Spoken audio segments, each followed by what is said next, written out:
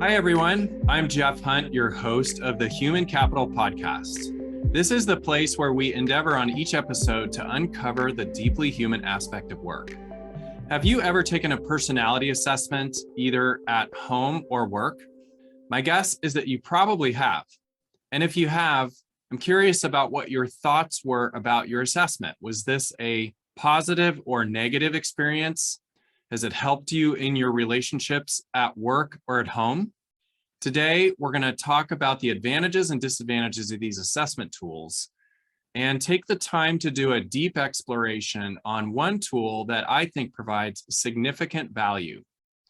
In fact, we're going to take 2 episodes to break this all down for you, and I don't think you'll be disappointed. Let's talk about the assessment or testing industry for a minute. According to Psychology Today, approximately 80% of the Fortune 500 companies in the US use personality tests to assess employees and potential candidates. This enormous industry exceeds $3 billion a year, but it's also a crowded market with a lot of variability. Some of the more common tests you might be familiar with include Myers-Briggs, Caliper, DISC, and Strengths Finders. And some advantages of these tools include things like improved self-awareness and, from a recruiting standpoint, the ability to understand candidates better, the opportunity to shorten the recruitment cycle, eliminate bias, and even in some cases spot dark personality traits. And for most organizations, they have the goal of helping employees learn how to work better together. But however, there are some disadvantages, including the fact that many of these tools are inaccurate. They can actually increase recruitment bias, and there can be interpretation problems if you don't use a consultant. People can also make false assumptions about others based on their assessment type, and they can put people in categories or boxes. And the fact is that humans are much more nuanced than this. And so, as I mentioned, we're going to focus on one assessment today, which is called the Enneagram. And I personally have found tremendous value from this assessment. And I happen to know my guest believes this also. I actually don't know of a more qualified person to help me explore the Enneagram than Ginger Lapid-Bogda. Ginger runs a consulting firm called the Enneagram in Business and is a consultant, trainer, she's a coach, and she has over 35 years of OD experience. Ginger has worked with Fortune 500 companies, nonprofits, service organizations, and has literally written the book on the Enneagram in Business. No, actually, she's written 4 books, with her 5th book coming out shortly. Ginger has trained over 500 professionals worldwide on how to use the Enneagram in their professional work. And she has her bachelor's degree from UC Berkeley, a master's from UPenn, and her Ph.D. from UC Santa Barbara. Welcome, Ginger. Thank you very much, Jeff. It is a great honor to welcome you on the show today, and I'm very excited to unpack the Enneagram with you over these 2 episodes. And as I mentioned, on today's episode, we're going to focus on the background of the Enneagram as an assessment tool.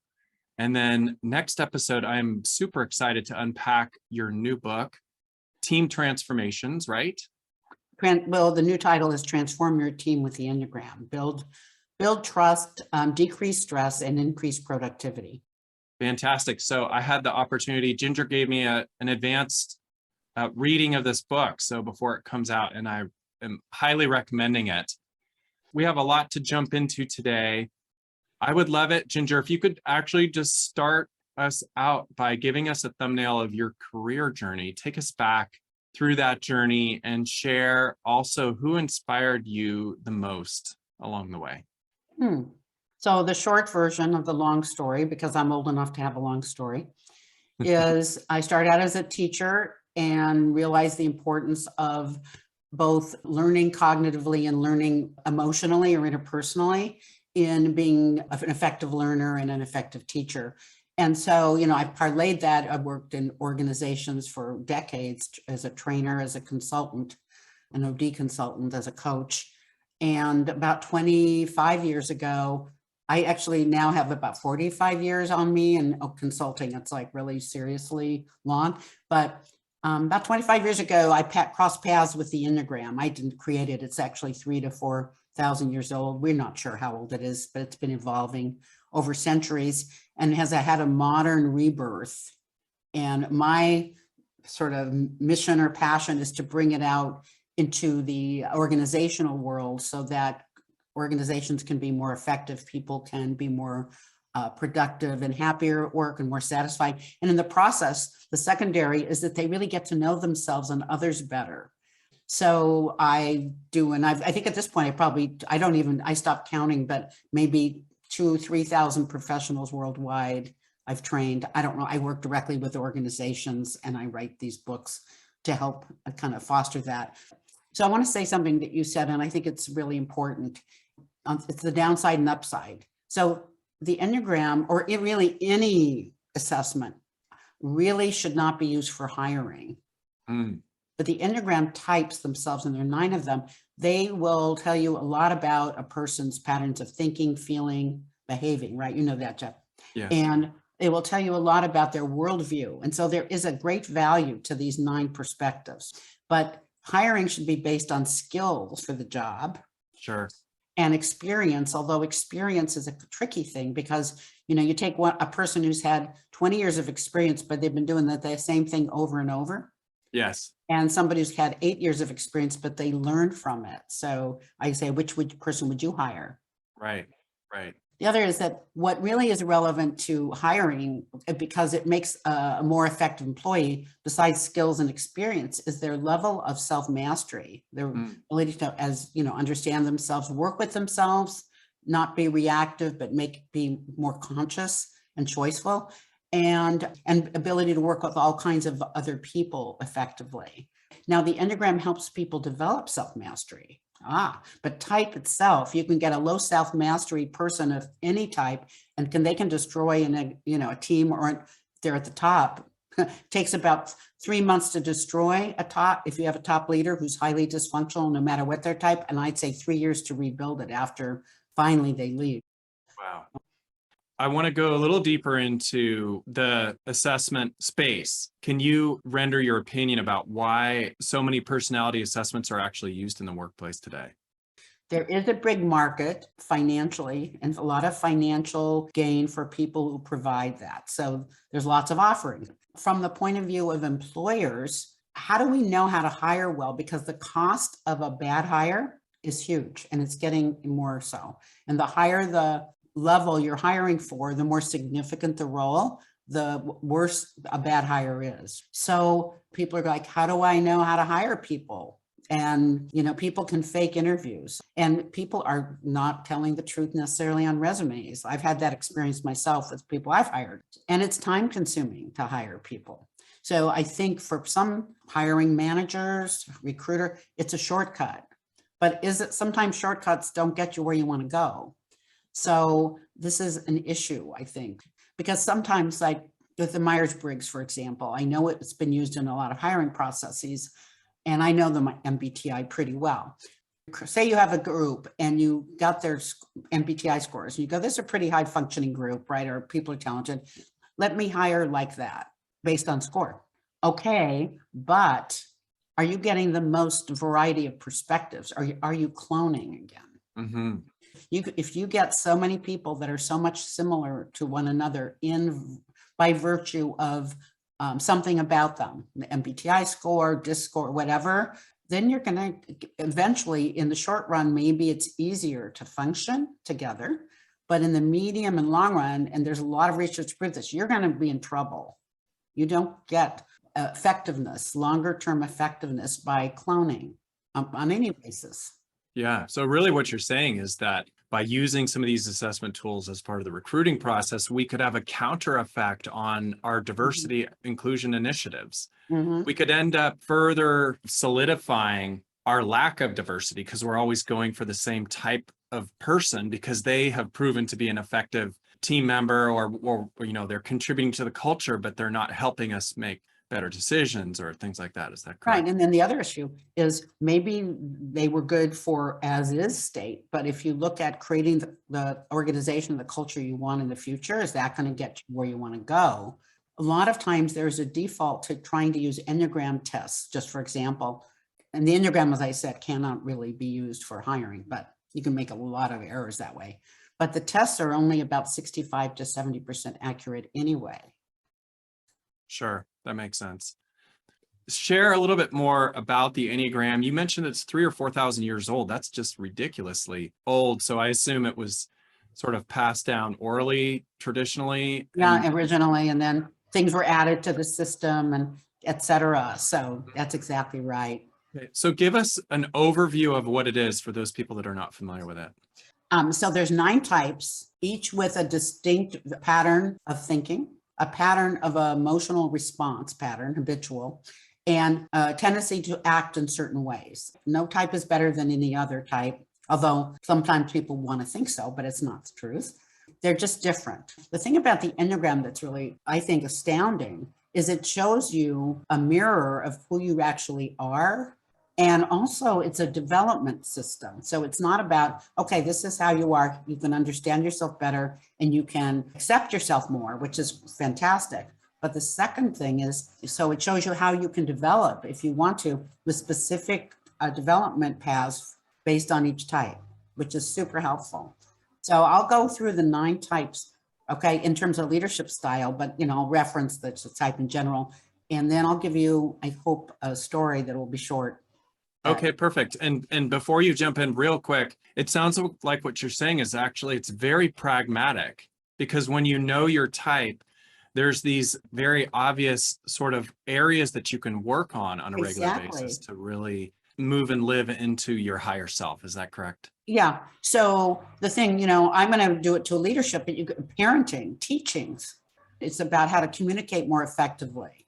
It's about how to deal with conflict, because there's real patterns by type. Well, how we deal with conflict, how we respond to it. Are we helping ourselves? What are some additional ways? It's around more choicefulness. Yes. Okay, great. So let me start with, I'll go 1 through 9. Okay. So we'll start with type 1. There are books and people that will give them labels, each of the types. I tend not to do that because I don't like labeling anyway. And I think the Enneagram is about showing you who you are and helping you move beyond a label. So I won't do that. But in type 1, they're really seeking perfection, although they know they won't be perfect and they're not, but it's constant wanting to be, and they're avoiding making mistakes. They really don't like that. So they're trying to get everything right. So one leader, their leadership style tends to be this, that they see a leader's job is to set clear objectives and inspire others to achieve the highest quality. Super high standards, often leading by example, very clear and precise. They tend to be very pragmatic, but developmentally need to relax control because they like to control everything. That's how you get it as perfect as possible. And delegating is difficult because nobody can do it quite as well to the standard. Mm-hmm. So one of my clients who's a 1 was in a group of peers, and this person said, I can delegate to, this person had a span of 45 employees who worked in that space. And so that person said, well, I can delegate. Well, how many people? Peer says, well, 2 people. Well, why only 2? Because I only delegate to people who can do it better than me. And somebody else in the group said, hey, your job as a leader is to develop people as well. What would it be like if you could do it with people, delegate to people who could do it as well as you? That would be 5 people. They said, well, you need to expand it. Who can do it 80% as well? And then you develop them. So that's type 1. Okay, so let's hear about type 2. Choose. Well, this is a type, which is my type, that's very focused on how other people and helping them do something more effectively, finding out, tuning into what their needs. They're very intuitive. They tend to focus on others, much less on themselves. So they think the leader's job is to assess the strengths and weaknesses of team members, and they're really good at it, and then motivate their team members towards the achievement of what the organization's wanting to accomplish. Now, these are all different, but they're all really effective. But then you get into a narrow view, like effective in certain circumstances and maybe not so much in others, right? So their strengths tend to be being empathic and motivation of other people and development areas, setting boundaries, saying, no, you can't do this.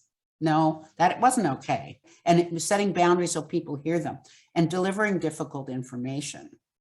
Usually good at giving feedback, but when it's emotional and you care about the person or you think they're going to have a strong negative reaction, very difficult. They're also sensitive to the environment. I know several twos who are in leadership, and they really tried to change the culture of the organization to be more people-oriented and positive, and they couldn't do it.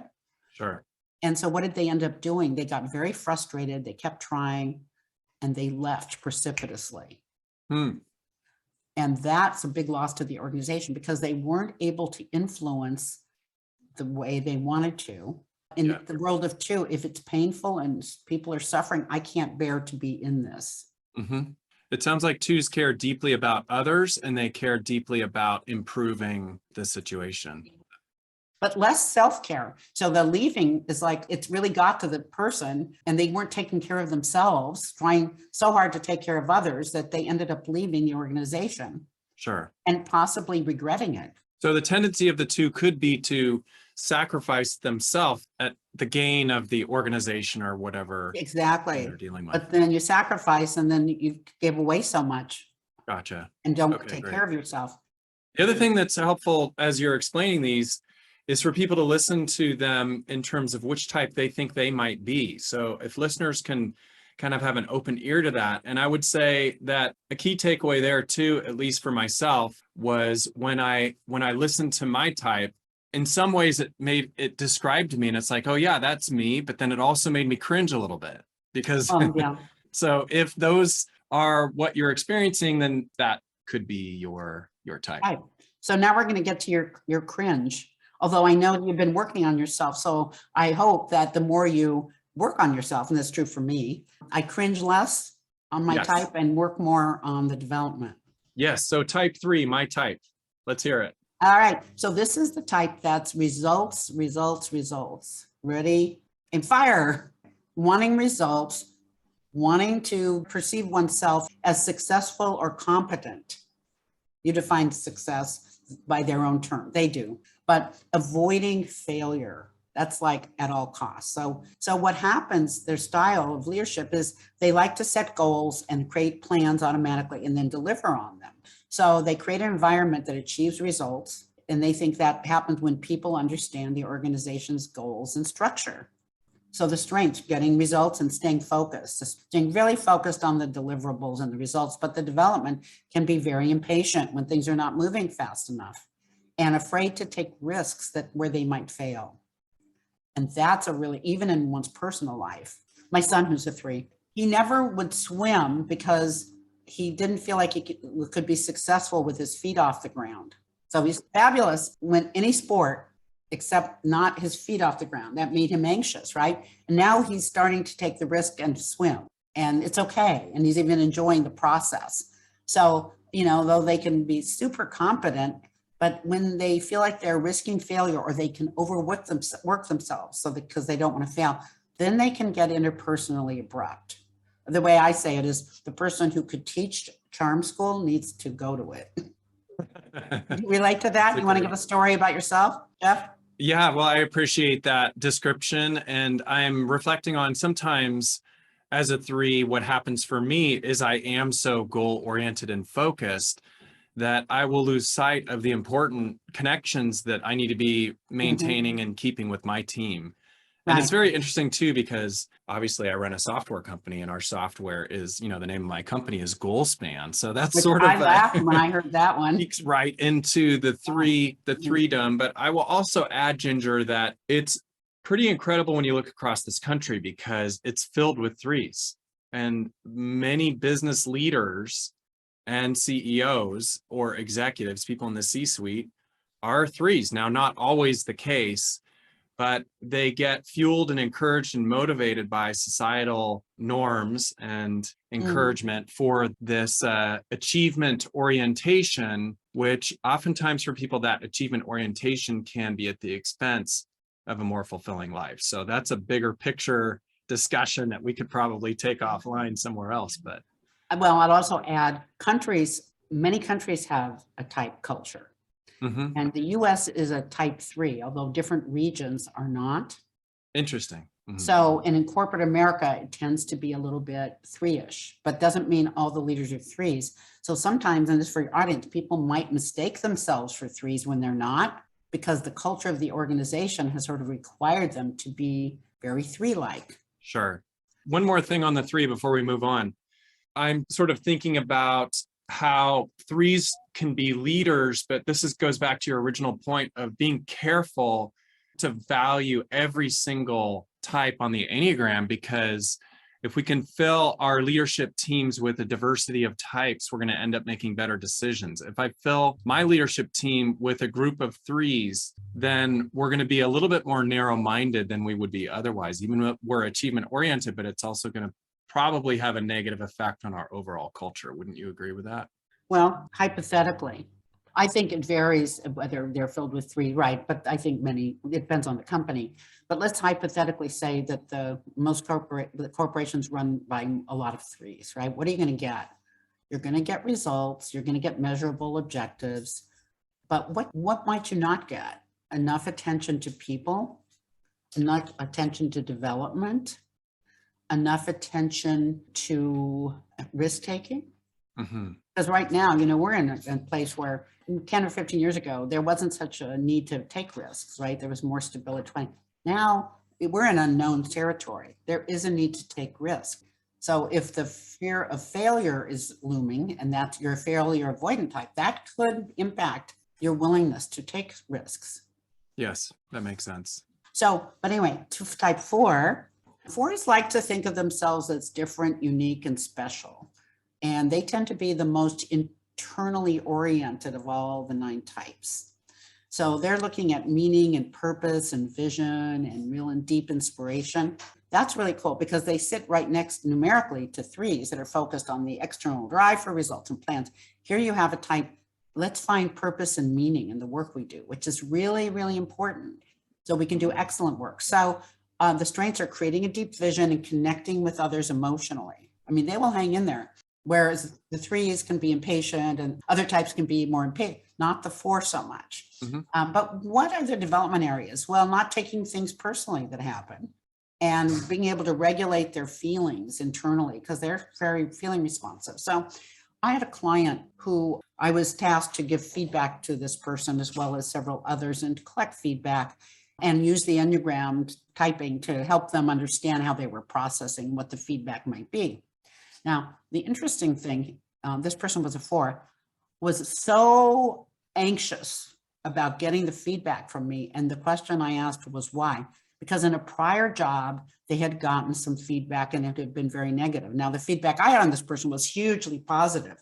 Sure. That person didn't know it yet, but the pain of having gotten negative feedback 20 years earlier, 15 years earlier, was so deeply in this person that the fear and the pain, I mean, it was awful. So then I knew I had all this positive to say, but we got through that. And when I gave this person positive feedback, seriously, they slept across their desk. The person is almost twice as tall as me to hug me. The relief was huge. I love that story. And I'll just say that one of the things that seems important, if you truly understand the 9 types, if I'm going to go provide feedback to a 4 and I understand what their tendency would be in terms of how they receive that feedback, I might tweak my approach a little bit so that we can end up with a better and more valuable conversation. Wouldn't you say? Right. That's the case? Yeah. And then the second thing I would say is it sounds like what you're saying is we should really lean on 4s when it comes to things like vision casting within our strategic planning process. We should make sure that they have a big seat at the table to help us guide the organizational direction and.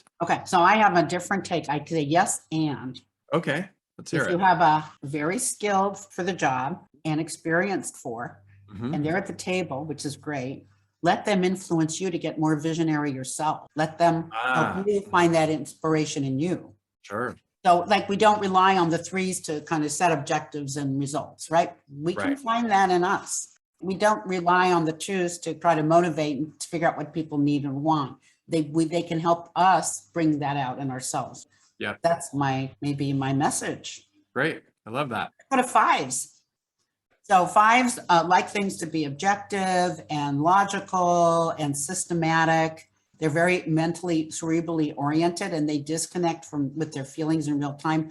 Go off and have them later, though. So in some sense, the fives are almost the purest of feeling. They just don't experience it in real time. So they believe that a leader's job is to develop an effective organization through research, deliberation, and planning. So it's ready, aim, fire. And they want all systems to fit together so that people are working on a common mission. So their strengths are being objective and being logical in the way they approach things. What are the development areas? Well, it's approachability, because if you disconnect from feelings in real time and you kind of keep a little distance, people don't know how to read you.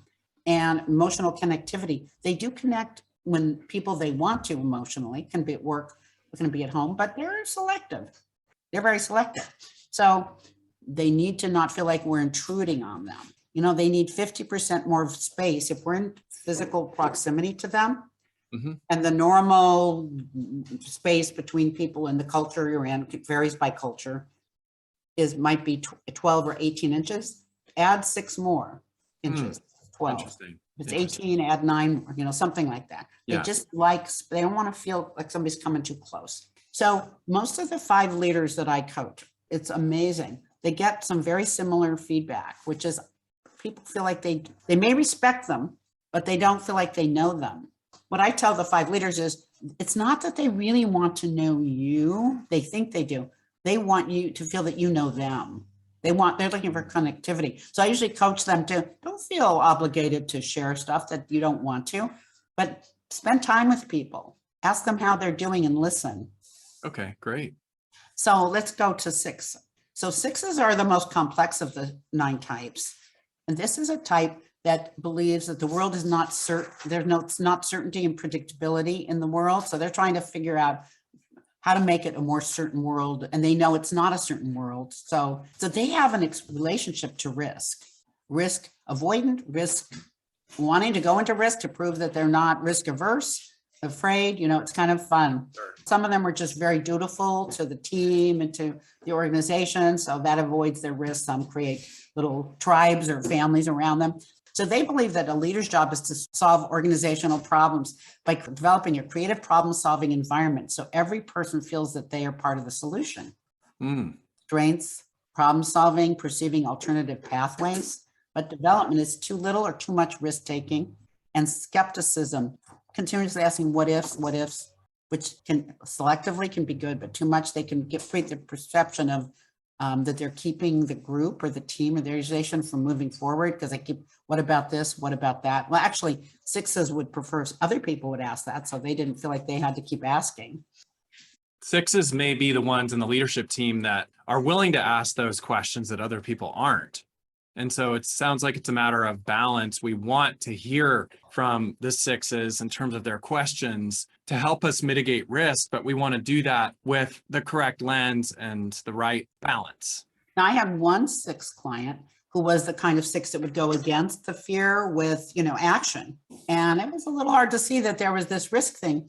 The person's team member said, we would follow this leader anywhere. And I said, over a cliff? Yes, if our leader said it was safe over the cliff. And I went, okay, this is a version of 6 also. Wow. Because they can be quite charming, right? They may not show that they're playing risk. Sure. What is the 7 and their tendencies? All right. So 7s are the most optimistic of all of the Enneagram types. And although, you know, we might think of optimism as a good thing, which it is, but we're talking about like super optimistic, like everything's good and everything's possible and the fewest limitations. Nobody has the right to restrict me. We can do anything we want to. Often they think with the right people and the right team, you know, we can do everything, which isn't, of course, in a sense, is that really grounded in reality, but it is a very action oriented, but they love idea generation. That's what stimulates them. And I want to take, because I know some of the people listening will go, well, I like ideas and I'm creative and all. It's not about creativity. It's about idea generation. Some 7s are more creative than others. It's just like really getting enamored of ideas and sometimes liking the ideas as much or more than the execution. So they believe that a leader's job is to get people excited and to create innovative ideas and ventures so that the organization can take advantage of new and important business opportunities. So some of the strengths are being very innovative and enlisting others in their vision. They love that. But the development areas, being able to stay focused, the attention span is really challenging. You say something and they're on to something else. They have minds that kind of move from idea to idea, concept to concept so quickly. Sure. It's like a computer mind where there's no file folders, everything's a document. Gotcha. And they have challenges adhering to limits. They hate the word no. It's not in their vocabulary. I see. Now, I've had a number of 7 clients, but one who's been a long-term client, this leader, a 7, wanted everybody on the team, senior leadership team, to put their own ideas forward and couldn't understand why they weren't. Why? Because this person had so many ideas spewing, coming, that there wasn't much space and time for anybody else to add. Other people were having challenges understanding the ideas because they were happening so quickly to even process. There's also a challenge of what are we supposed to execute on? Which of these ideas does this leader like? Are these just ideas? Right. And if we start adding our own, even if we have the space to, there'd be like, instead of 20 ideas, now we're at 30 and more, and we're overwhelmed. I see. So it can be a little challenging to people who work for leaders who are 7s, who might really enjoy working for them, but it's like, what do we focus on here?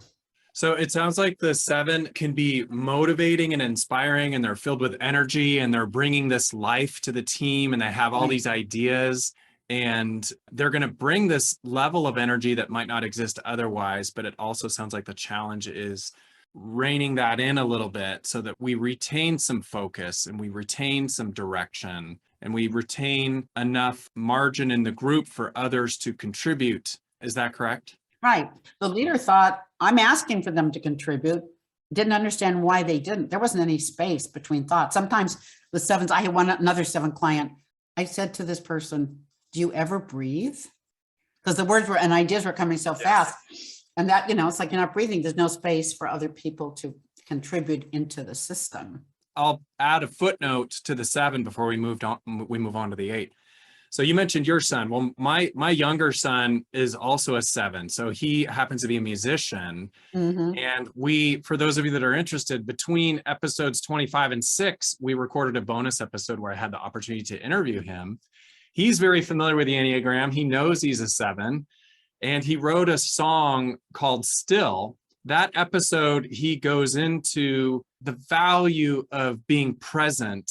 Wow. Both in the workplace, and he brought his experiences from as being a camp counselor sort of into the episode, and we unpacked those from a leadership lens. But it seems like when the 7 can have the ability to really arrive and be present, right, then there's this opportunity to show up in a new way that's really going to enhance things.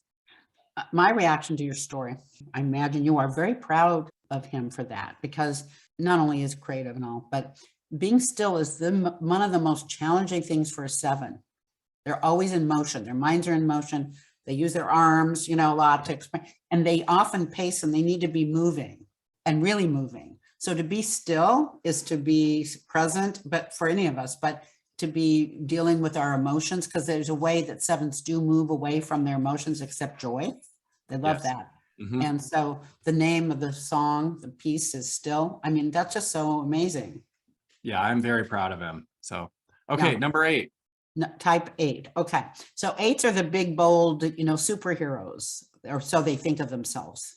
Sure. They can take the city. They're supposed to protect the weak, the victimized, although they don't like weakness in others at all, because they need to be strength and boldness. But if people are being abused or being treated poorly, they are the first to show up and be the big defenders. And if you understand it, it's like only the powerful can defend, are big enough to defend the weak, right? So it kind of works. And in leadership, they believe that their job is to move the organization forward by leading decisively, getting capable and reliable people in the right jobs. Then they can trust your work, and empowering competent people to take action. They don't empower people that they don't perceive as competent. But if they don't perceive you as competent and they have anything choice about it, you won't be working for them very long. So their strengths can be taking charge and being assertive. But the development areas, of course, each type has both sides, being receptive to others' opinions. The 8s are a type that kind of trusts their gut reaction.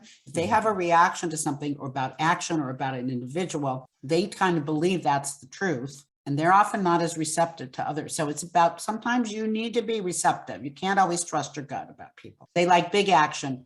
They don't like medium action. They don't like small action. It's got to be big. So sometimes big action isn't what's called for, but their gut say, take this big action.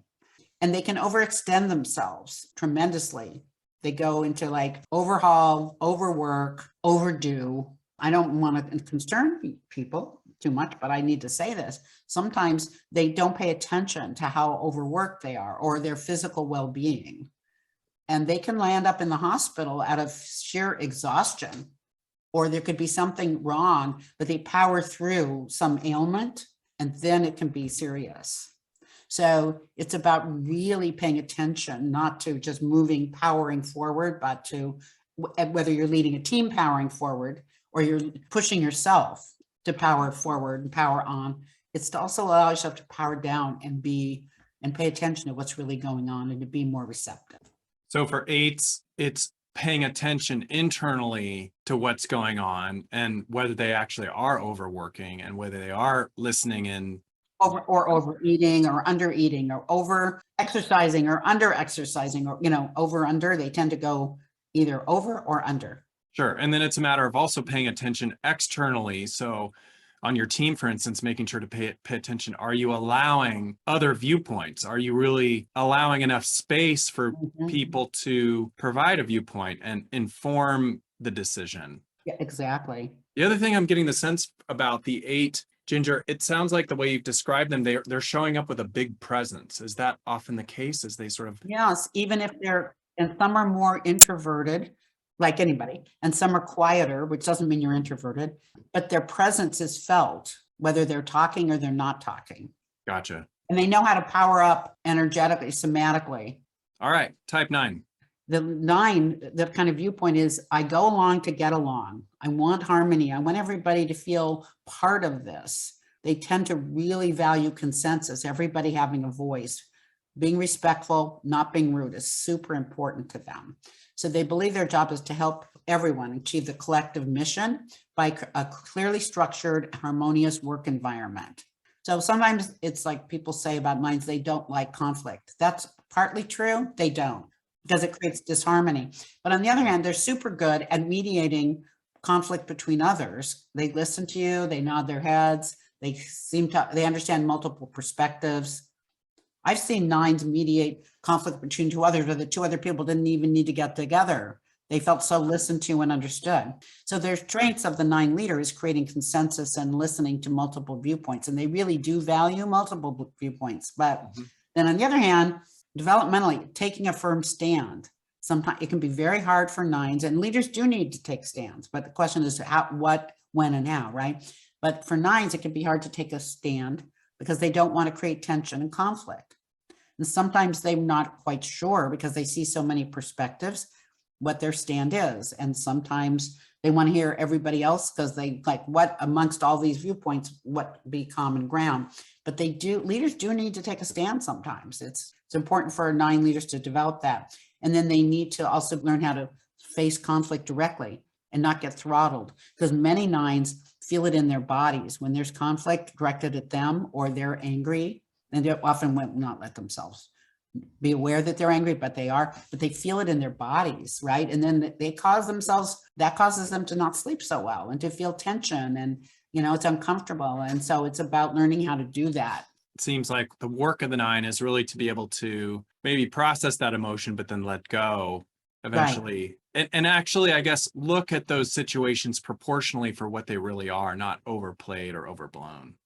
Okay, great. So we've now covered all the 9 types, and that was a great overview. So thank you so much for that. I'd love to shift before we wrap up today's episode and just ask you a few quick lightning round questions. and shift away from the Enneagram for a second. So are you ready for that? Oh, of course I am.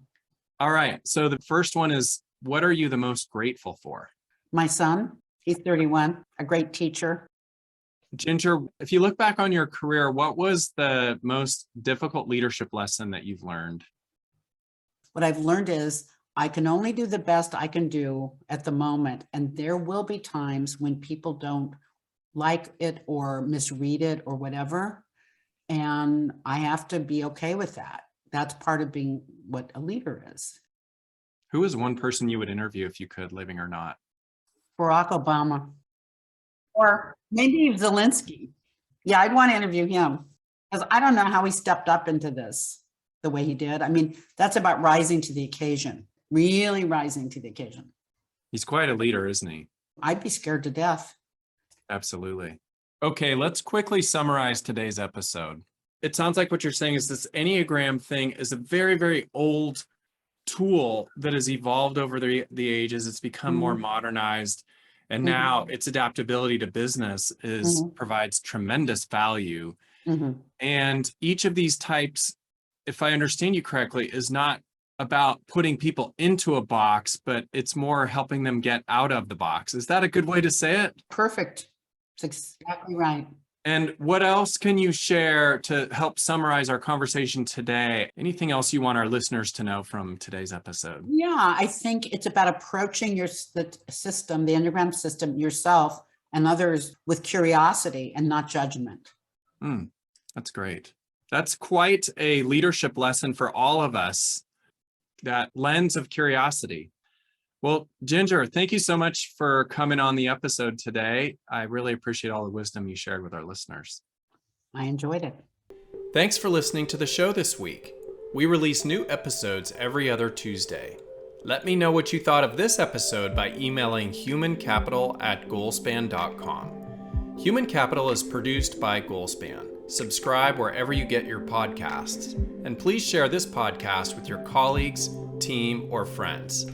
Thanks for being human, kind.